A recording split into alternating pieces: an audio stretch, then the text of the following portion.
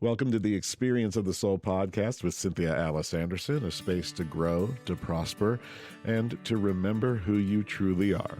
I'm Shawn Kilgore, producer of the show, and I'm happy to welcome you to this special episode where we turned the tables and I had the honor of interviewing Cynthia in what turned out to be a beautiful, heartfelt conversation about faith, power, memory, and the quiet places where God meets us.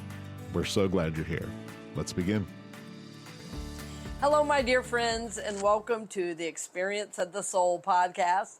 My name is Cynthia Alice Anderson. I am the owner, founder, and host, and today is a great day. Happy New Year to each of you. It is great to have you along the journey with us, and I want to bring my producer of the show in, Mr. Shawn Kilgore. Thank you so much. Hello, everybody. Welcome back to the Experience of the Soul podcast. Happy New Year to everyone. Happy New Year to you. Yeah, exactly. First show of the new year. Super excited to be starting here 2026 with episode 395. Yep, inching up to 400, We're my almost friends. there, Wow. almost there, yep. Oh, this is actually 394. So we'll... Okay, well. Well, you know, What's a number among friends? Right. You know what I mean? It's all right. It's one. Just one. Awesome. Well, we're so glad that you have decided to join us here whenever you're joining us. But today, of course, is Monday, January 5th. So happy to be here with you. We got a great show for you today. We're going to be doing, we're starting out the year a little bit different. Instead of having a direct talk from RCA, we're going to just have a little chat. Yeah, that sounds fun. That might be a fun way to start out the new year. I was almost nervous. Oh, you were? I was like, what's he going to ask? I love it. So, friends, I don't know in advance what he's going to say. Which is great. But first, we want to do This Week in Spiritual History. Yeah, as always. So as we step into the first full week of the brand new year, spiritual traditions around the world invite us to begin again with courage, clarity, and a willingness to see the sacred in everyday life. Amen to that, yeah. So today, Monday, January 5th, in the Sikh tradition, honors the birth of Guru Gobind Singh Ji Gurpurab. And he is the 10th Sikh, the 10th Sikh guru. Yes, exactly. So, he is remembered for his courage, equality, and devotion, and for establishing the Khalsa, which is a community rooted in service and spiritual discipline.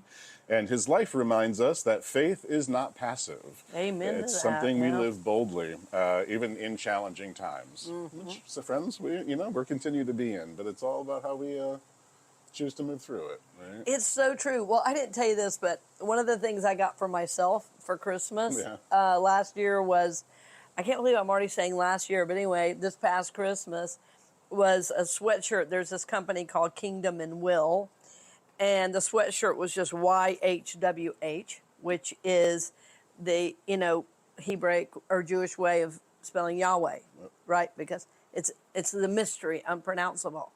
And I just wanted to wear that, honor that. I just, one of those traditions that we're, lifting up and following. It's like, I want to be bold. I'm not scared for somebody to know I believe in Yahweh. I love it, as a matter of fact.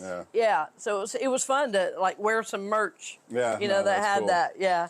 You know what I really love? This is sort of, taking a little turn here, but have you seen those shirts that say "Dear Person Behind Me"? Oh yes. I thought that what a great idea that was. Yes. Like you never know who actually needs that message on the back of your shirt. Right? Mm-hmm. All right. Tomorrow, Tuesday, January 6th, is the Epiphany.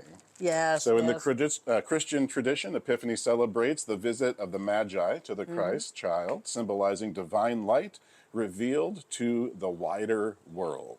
Yes. So spiritually, this day invites us to notice where insight, clarity, or those aha moments, I think that maybe Oprah said that at first, the aha moment, are showing up for us right now. So sometimes revelation arrives quietly, but we have to be paying attention. Absolutely, yeah. At all times. Very in alignment with what we talk about nearly every show. Yep. Yeah. This Wednesday, January 7th, is Orthodox Christmas. So this is observed by many Eastern Orthodox Christians. Christmas Day on the Julian calendar honors the birth of Jesus. The emphasis here is on humility and mystery and divine love entering the world in simple form. It's a gentle reminder that transformation often begins in unexpected places. Mm-hmm. Well, I knew that, as we usually celebrate Christmas. It's really not the time Jesus would have actually been born. It doesn't seem to matter, though. We love it nonetheless. It's still a beautiful, It's still a beautiful celebration time. of light. Yeah, exactly. This Saturday, January 10th, is what is known as Asara Butevet. This is a Jewish fast day that commemorates the beginning of the siege of Jerusalem in ancient times. So beyond history, it's a day for reflection and repentance and realignment, a pause to consider where healing, honesty, and spiritual rebuilding are needed in our own lives. I'm going to have to research that one, Shawn. I didn't know much about that one. Okay. Excellent. And finally, just for fun, this Saturday, January 10th, is National Houseplant Day. So, Hey.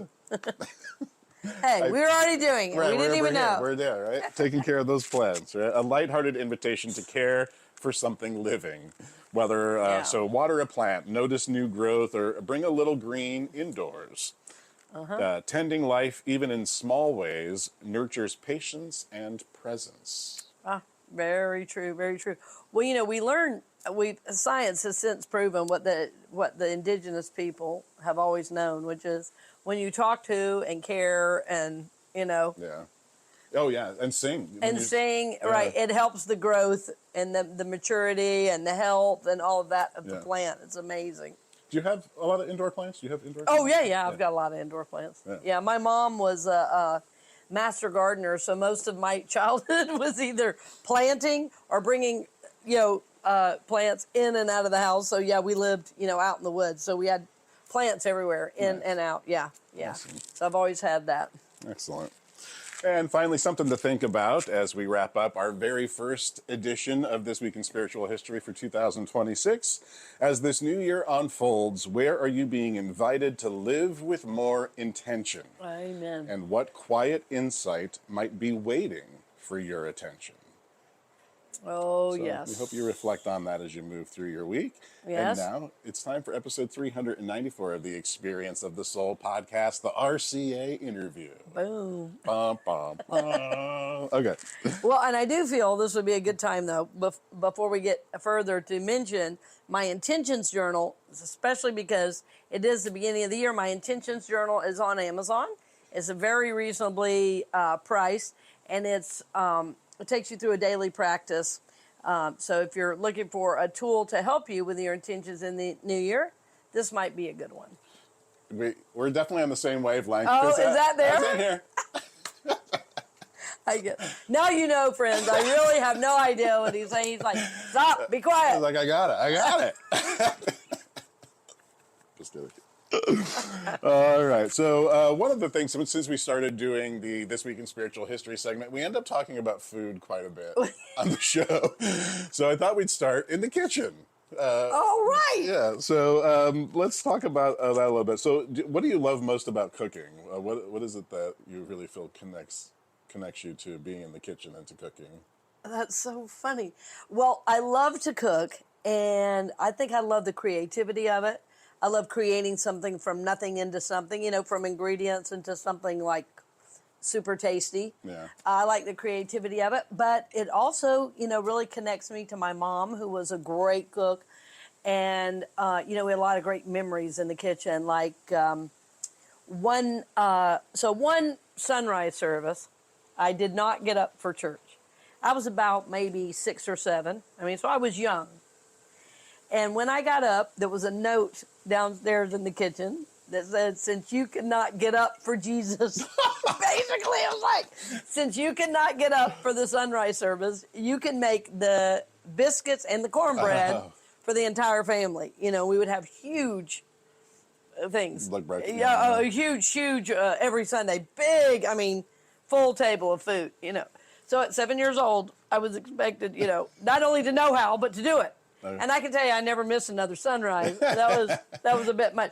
But yeah, for us, I think because our family was so big, and my mom did love to cook. There was a lot of connection in the kitchen. Like growing up, we made candy. We wouldn't. Yes, we had some bought candy, but it was a time of connection and fun. My mom would just, make it fun. And so for me, sometimes I've had a really long day, and and I listen to people all day, which I love. So it's not that I don't love it, but sometimes it's tiring, you know. But what makes me feel good, people are always surprised about this. I love to come home and make a really beautiful dinner or make a dessert. Like maybe I'll stop and get something on the way home and then make a fabulous dessert. And that makes me feel reconnected to myself. Nice. Yeah. I kept thinking I want to do a cookbook called Recipes of the Soul. Oh, nice. Just for fun. I love that. Just for fun, because remember I told you about how I love to make sandwiches and stuff like that. And for a while I was trying to make all these different sandwiches. And I was going to do a cook. Of just sandwiches? Yeah. That's great. Sandwiches for the soul? Yes. Soul sandwiches? Soul sandwiches. It's in there. I don't know why. Is there a specific food that something that you make that really is tied to like a really strong core memory? Like what makes you think of your mom the most when you cook it? Oh, probably cornbread. Okay. Yeah, because every Saturday night we had rice and beans and cornbread and buttermilk. And the cornbread you pinched up and put down in the buttermilk and ate it like cereal. By the way, while we watched wrestling, but that... Hysterical. That must have been a fun home to grow up in. Oh my God. Well, one time, I don't know why I'm telling you guys this. Well, one time I actually went to the wrestling in person and I had forgot about it being on television. Some friend of my dad's had tickets, right? And a bunch of us went. And we were sitting there one Saturday night and my brother goes, "You're on TV." And I'm there on the front row at the wrestling thing. Yay! Kill him! Oh, like, man. Crazy. But yeah, we had a lot of traditions like that. So I love making cornbread, and I think the other one was, so my mom, I had so many siblings, and my mom made their wedding cakes. I don't know if I ever told you this. No. She was such a good cook that, wedding cakes, that was when it was just starting to be a big deal to have those big 3-tiered cakes and everything. Well, my mom just figured out how to make them. And so I would be in the kitchen. She'd say, "Here, try one of these," So it was kind of a fun thing between us. So, nice. So even though I don't make a lot of wedding cakes, it was a core memory of our connection for sure. Yeah, for sure. That's something our mothers had in common. My mom did a lot of baking. She did? She made wedding cakes for people. And wow, yeah. Yeah. It's so sweet. I felt like the women of their era. I think my mom was older than yours, but they were very similar ages. They just poured their love through the food. Yep. Making sure your family was well fed was a very special act of love. And it certainly was for my mom. Yeah. Yeah. And always room for one more. Yeah. Oh, you have a friend, invite them to dinner. Yes. They had my music teacher over. We had our doctor over. I mean, every important person in our life had been over for dinner. Absolutely. Yep. Absolutely, yeah. So we did talk a little bit about recipes, but when you are in the kitchen, are you a recipe follower, or do you like to be a little more intuitive with it? Like, well, I do both, but I'm way intuitive. Most things I make like without looking at it. Oh yeah. And there's something like prayerful and meditative almost about that, right? Which like training. There is. Well, one of the things I was learning to make fry bread, which is people think of it as a real Native American thing because if you ever go to like a powwow or any Native American events, they're always serving fry bread. Well, of course, I can't eat it because I'm gluten-free. And I started doing research. Well, the reason Natives started making fry bread was because, they were given flour and sugar from, the whites. But anyway, nevertheless, it's become associated with Native Americans. And so I said to my mom one day, "I think I really want to learn to make a fry bread." She said, "Well, why don't you?" She said, "I think you should honor our ancestors." So, so then as she got older and got more into Alzheimer's, I was making it one day and I said, "Well, let's honor our ancestors." She said, "Oh, can't you feel them helping us?" I mean, it was... Do you think there's something about Alzheimer's dementia? Like sometimes you wonder, are they actually seeing things that are there?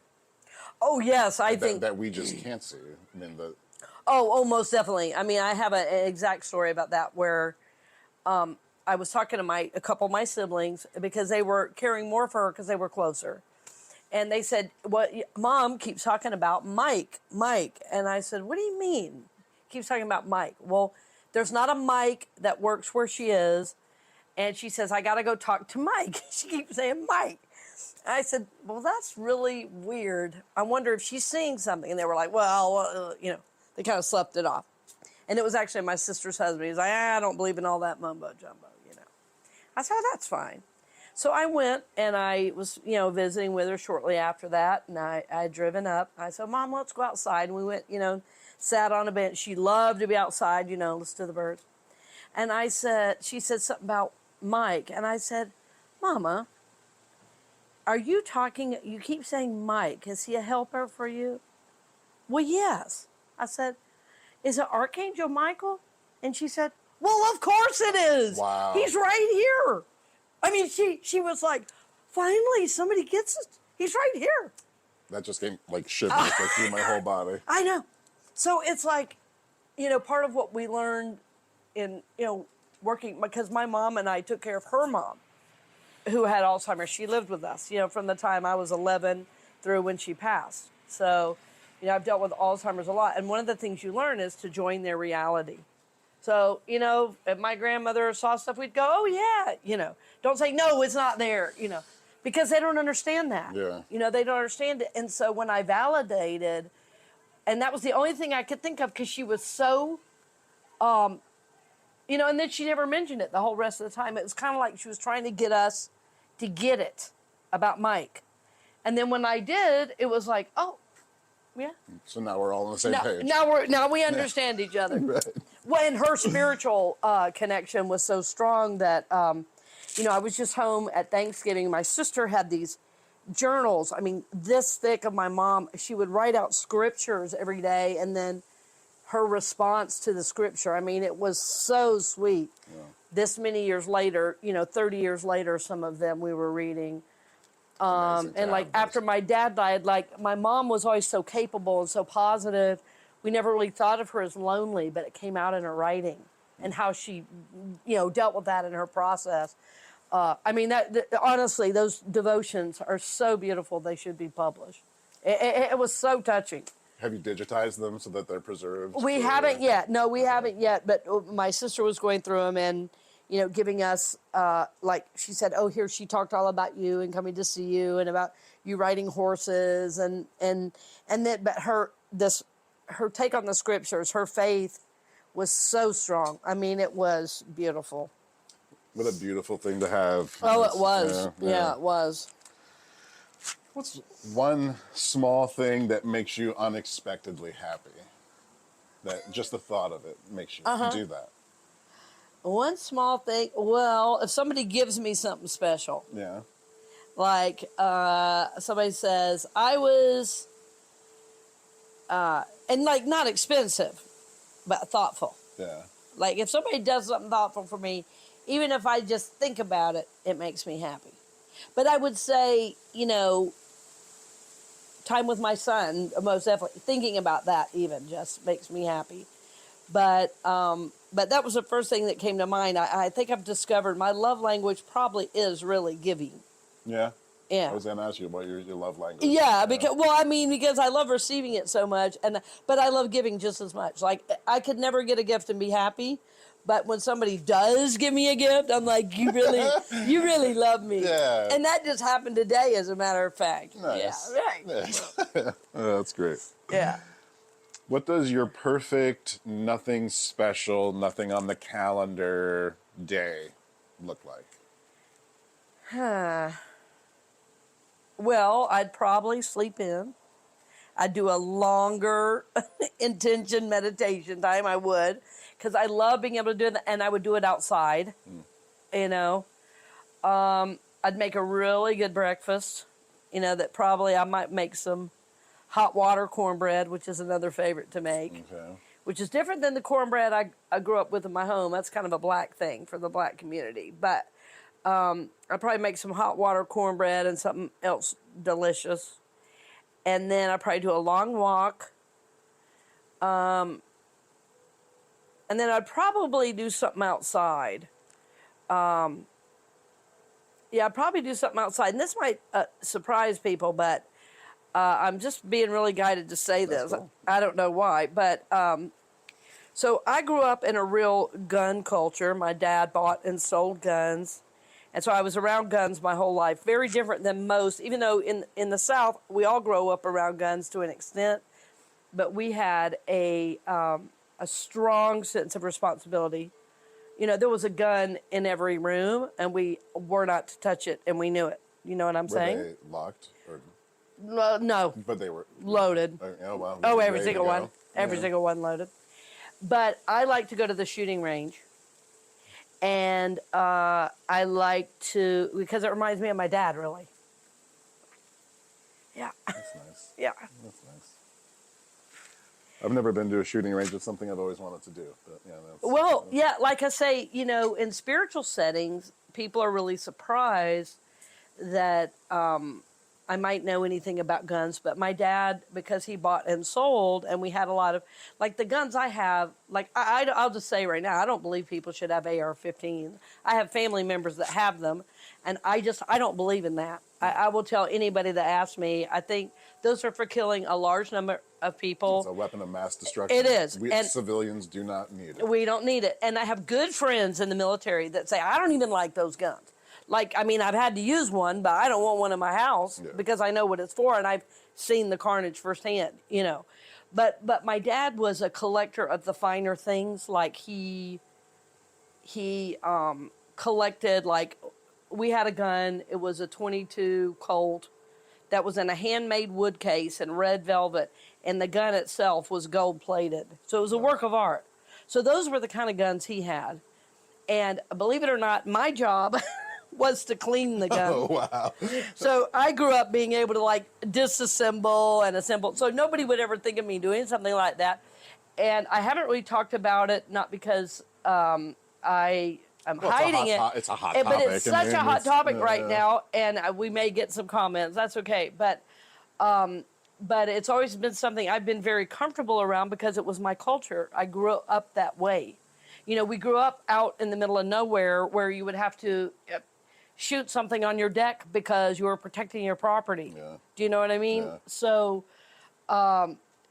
But for me, that's very relaxing, and it's fun because it reminds me of my dad, and I'm super safe about it. Did he take you shooting and taught you? Oh, yeah, he taught me. He taught me, although he taught me in the backyard, you know. Yeah. But he always had at least 2 guns on him at all times. Wow. He had one in his pocket, and then he wore what's called a shoulder holster that was right here. You see him in all the detective shows. Yeah. And he had become a deputy sheriff, so he could carry visible guns. He became literally a deputy sheriff just for that reason. But, I mean, he bought and sold guns to friends, to government agents, to law enforcement. I mean, so anyway... But for me, it's very relaxing, and the guns I use, one is a gun he made. Oh, really? Yeah. Well, the metal part, you know, the barrel was from a Marlin rifle, but he made the stock by hand, and so it's got his energy in it. Yeah, and you have that gun now? I have that gun, awesome. And I just went and shot it the other day. Oh. Yeah, so sweet. like you were saying, what's ideal day off? Well, and even the strap, I even had his original strap that finally just disintegrated. Well, I went online and found the Amish make a beautiful handmade leather strap, and more similar to what he had. Okay. And so that's what I put on it. So now it looks incredible. It's a work of art, and my dad made it. So when I go shoot that, it's more about the connection with him than about guns. Right. You can almost feel him there with you, probably. Oh, I can. Yeah. Oh, I can when I pull, because it's a .22. It's called a single bolt action, even though you can put a magazine in it. Wow. It's he's right there. He's right there. I can hear him say about how to aim and how to use the guide and everything. So for me, when I have like nothing on the calendar, I'll go to the gun range. Yeah. Awesome. Yeah. It's funny. I've never ever said that publicly. Yeah. I was just this. We talk about your mom a lot, but we talk about your dad here and there. But here and there. Well, my dad, died when I was so young. It was my first year of college. He was an alcoholic, and he really struggled physically. Had to leave the job because of a disability and getting hurt, and so he ended up. Most of my childhood was home, and for most of my older siblings, he was gone. 18 to 20 hours a day because he was working 2 or 3 jobs to support a family that big. Yeah. So my growing up was very different than most of my siblings.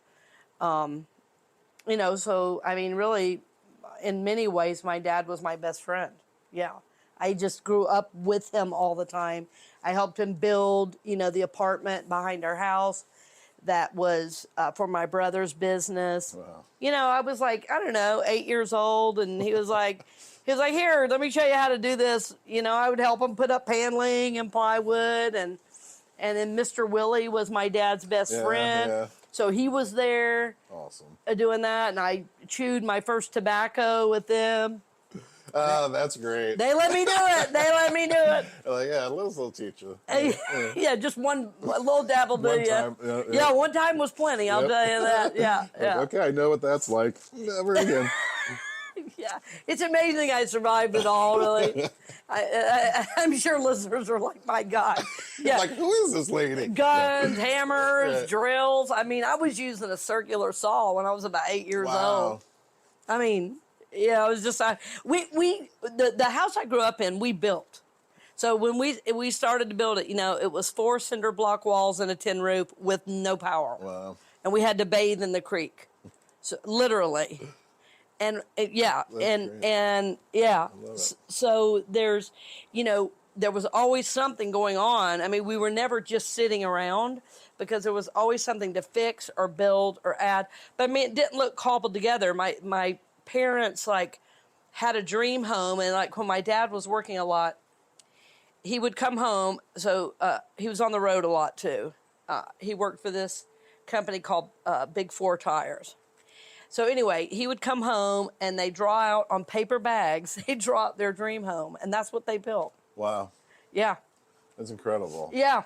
Yeah. So I mean, as a team, they were really beautiful. That said, I mean, like any American family, we had our dysfunction, but there was a lot of love for each other, for sure. With your background being the way that it was and growing up that way and doing all of those things and bathing in the creek and all of that stuff, how do you think that changes your perspective of what we look at as important today? Oh, yeah. I think so many of the things we look at as important are not important at all. I think we've given up creativity for convenience. I feel like we've, given up health for, I think a lot of the things that we focus on now that we think we have to have are mostly made up and sold to us. Mm-hmm. Oh, yeah. Yeah, but I mean, for instance, today when we were going to record, we could have gone in a very expensive studio. We have the money to do that, but it was like, well, why would we do that if I could just be in your home and we could be here on your porch that's been so thoughtfully put together in your home? I mean, to me, those are the things that matter, So it's like that book, The Little Prince. That's one of my all-time favorite books. It says, what's important cannot be seen to the eye. Love it. So I do think too. It not only growing up like that, but then as a teenager going to Brazil, going to a foreign country, where in the areas I went to, I was in the interior. I saw what it was like to have joy in the midst of, utter nothingness. I mean, people had no homes. Their homes were built out of sticks or found items. But I had never seen that kind of joy. The way they sang, the way they related, the way they laughed. And it's just to be alive. It was about being alive. Yeah. Yes. Yeah. Yes. And so all these things now about having and looking good, and I think none of those things matter really anymore. To me. Yeah. With all the places that you've been and all of the different things that you've done and the different faiths and religions that you've experienced, what's one thing that life has sort of taught you that you don't think is really in any book, that no book has ever been able to teach you? Or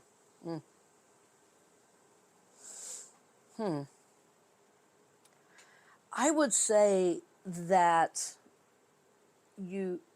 each of us, but if I were talking to the audience, I would say that you're way more powerful than you can even imagine. and that where you were born even, or what you had, or even what was done to you, or what diagnosis you've been given as, everybody loves all these labels now of ADD and ADHD, and you're this disorder, and you're depressed, and you're anxious, that I think you have so much power available to you if you only believe it. And I think science, I think psychology, even spirituality has grown to be about keeping those things alive rather than giving us more hope for living. And so, psychology often keeps us very hooked in, and the diagnosis helps us get pills, and that helps the drug companies, but it doesn't help us long term. Mm-hmm.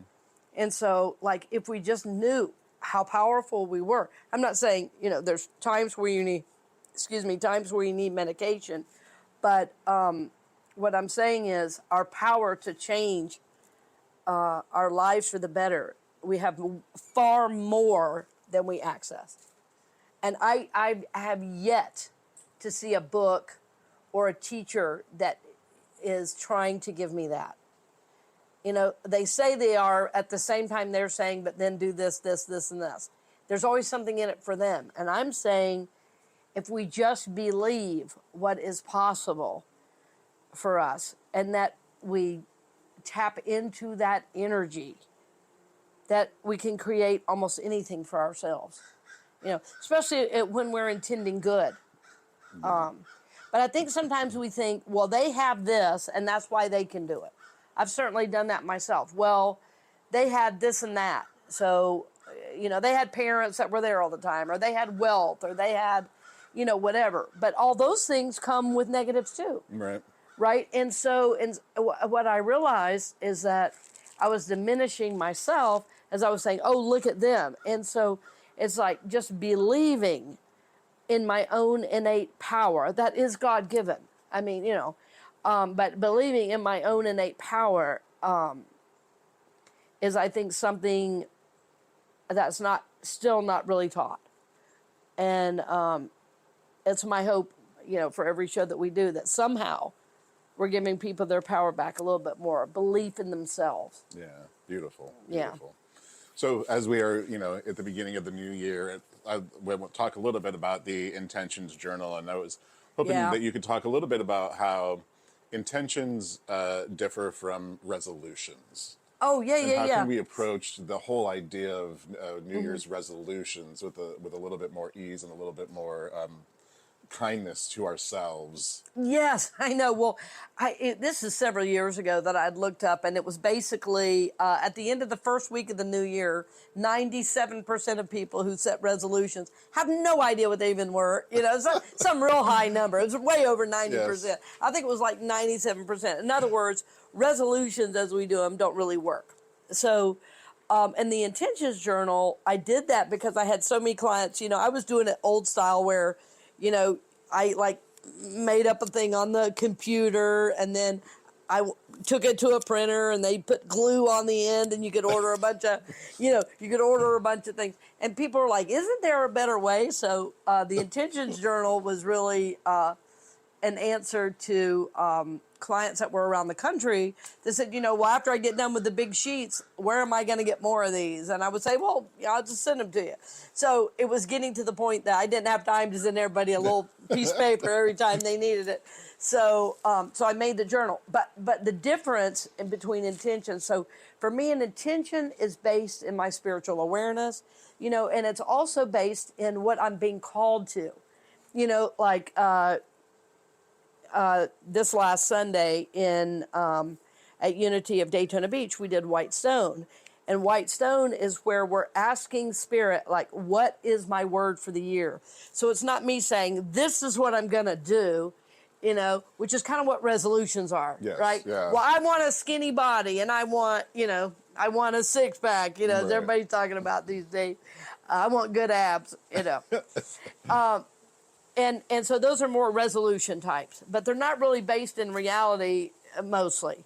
And so, but as we're asking Spirit for guidance, it's like, okay, yes, I hold my own desires too, but it's like maybe Spirit's going to work in and through what my desires are, and that becomes more of a sacred intention that I could revisit every day. And that's what we do with the intentions journal. And, you know, which started out, I was just calling them my morning pages because I would do it every morning, you know. Yeah.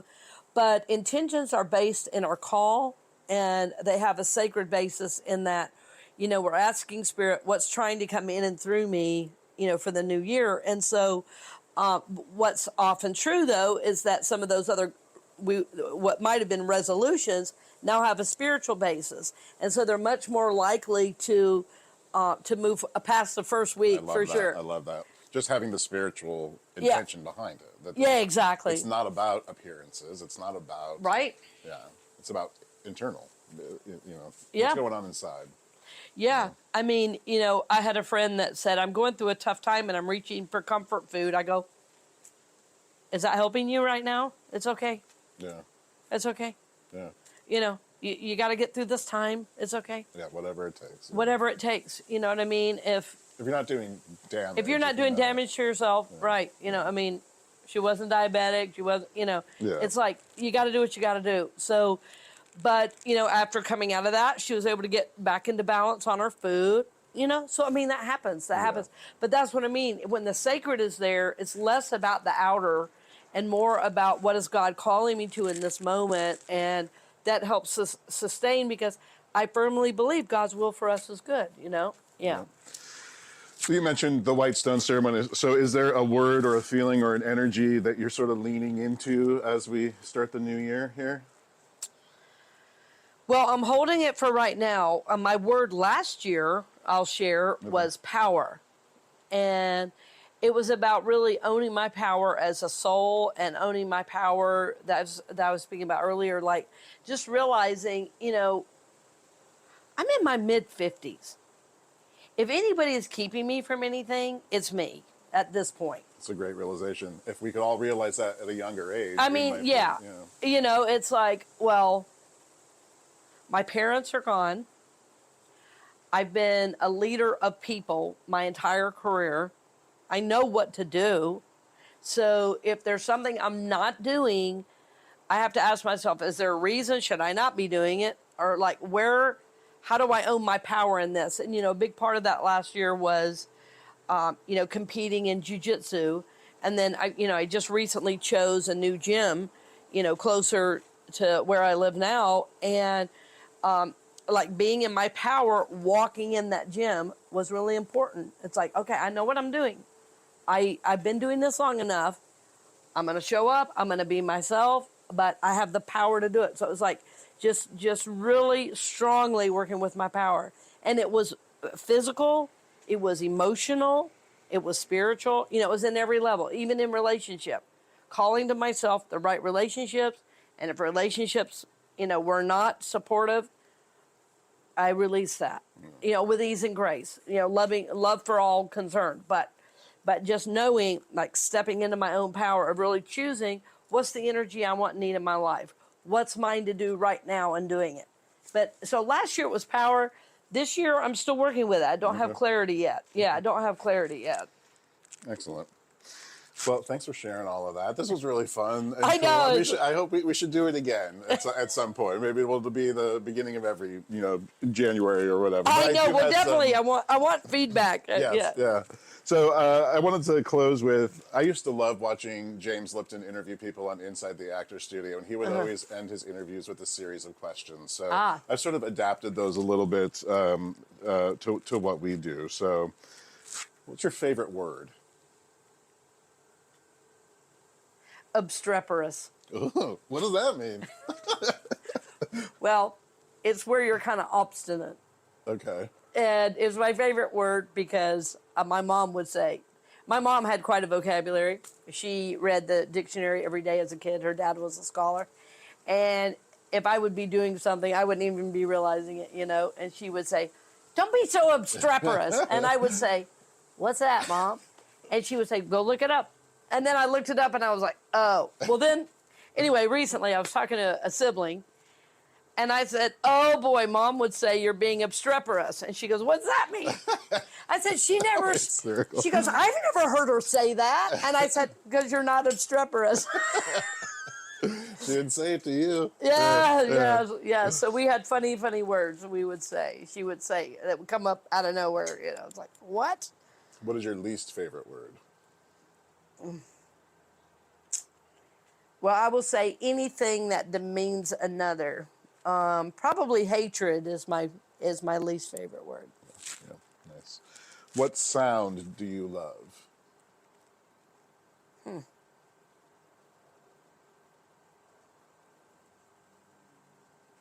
I love the wind in the trees, which I'm hearing right now. I love birds, singing, and anything musical. My son's voice, as that's matured, that's been wild. I know that episode. It was like, wow, He is he's amazing. down there. Yeah. Yeah, but I love the sound of the ocean. Like sometimes when I'm at the ocean, I'll just sit there and just hear the, Yeah. you know, it's so powerful. Yeah. Anything in nature, I love to listen to it. Yeah. What sound do you dislike? Oh, I don't know. I don't know if there is. I'd say screaming probably. Yeah, I don't like when I see people. It kind of hurt. It hurts me psychologically, not just physically. I don't like the sound of people raising their voices at each other. I can't abide it. If that's happened, I gotta leave. Yeah. Yeah, I can't do it. I hear you. Yeah. I hear you. When do you feel most connected to God without trying, without being in prayer, without being in meditation? When do you find yourself going, oh, there's God? In the woods, that's easy. At Just the out in creek. nature. Yeah, in the woods, at the creek. You know, yeah, at the beach, anything outside, but especially the woods. You know, growing up, that was a real safe place for me. We lived on this land that, had been the same land my mom grew up on. So there was a lot of history there, but it was just like, go, There was a walk. My granddad had planted these dogwood trees along his walk. And so from my house, I could look and see where my granddad had walked. He called it Granddad's Garden. And so sometimes I'd walk up in there, anywhere though in the woods, I just feel totally at home. Rocks, trees, creek, yeah. What has become easier for you as you've gotten older? Self-love. Oh, nice. Yeah. Self-love, yeah. I just used to notice what was wrong, and I listened to people too much about what they thought. I think especially in the last, since I turned 50, somehow something changed for me at 50. Yeah.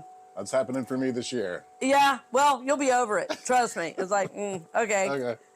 Thanks for sharing. Good luck. God bless you. There was a thing I posted. It was like, it said at the top, 2026, and then it was like one guy chasing another guy, and it said 1976 was the guy running away, and the age 50 was chasing the guy. Oh, that's so funny. That's yeah. It's coming. Well, Big 5-0 is fun. I did a real fun party. Yeah, That's cool. 50's cool. This is one of my favorite questions that he always asked everybody. So, when you arrive at the pearly gates, what would you most love to hear God say? Well,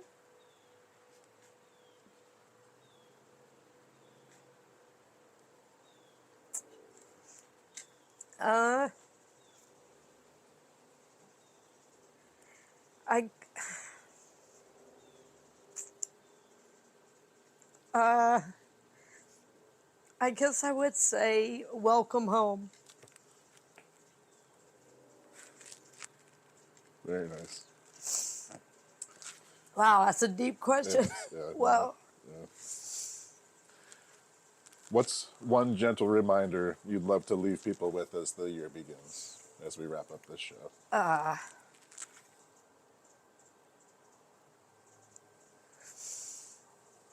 would say remember your power, and that with more power comes more responsibility. So as you know your power, also offer, grace and love as you use that.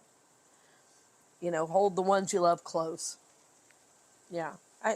We never know which day would be our last. And, part of my work in ministry has really helped me know that, I could die today driving home. And that's not a bad thought for me. That helps me live more in the present moment, to love well. So I think, remember that power, remember what you're called to, and also to use that power, with grace and love. Yeah. Thank you so much, friends. I hope you've enjoyed this episode. This was our very first RCA interview, and I think we're going to do it again. I think we might.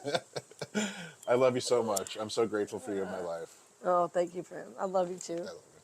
Thanks for joining us today, dear friends. Thank you for all your support.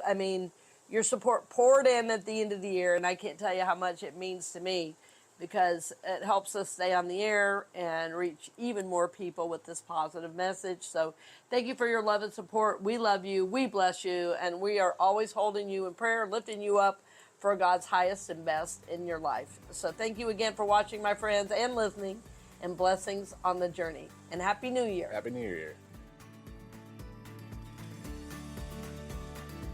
Thank you for joining us for this episode of the Experience of the Soul podcast with Cynthia Alice Anderson.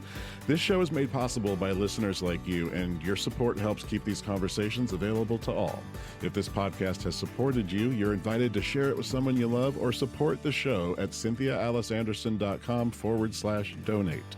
Produced by Kilgore Creative and a production of the Soulworks Group Incorporated. We are so grateful for you, and we are holding you in prayer for God's highest and best in your life. Blessings on the journey. You're listening to the Experience of the Soul podcast channel, bringing you inspiration, teachings, and practices to support your spiritual journey.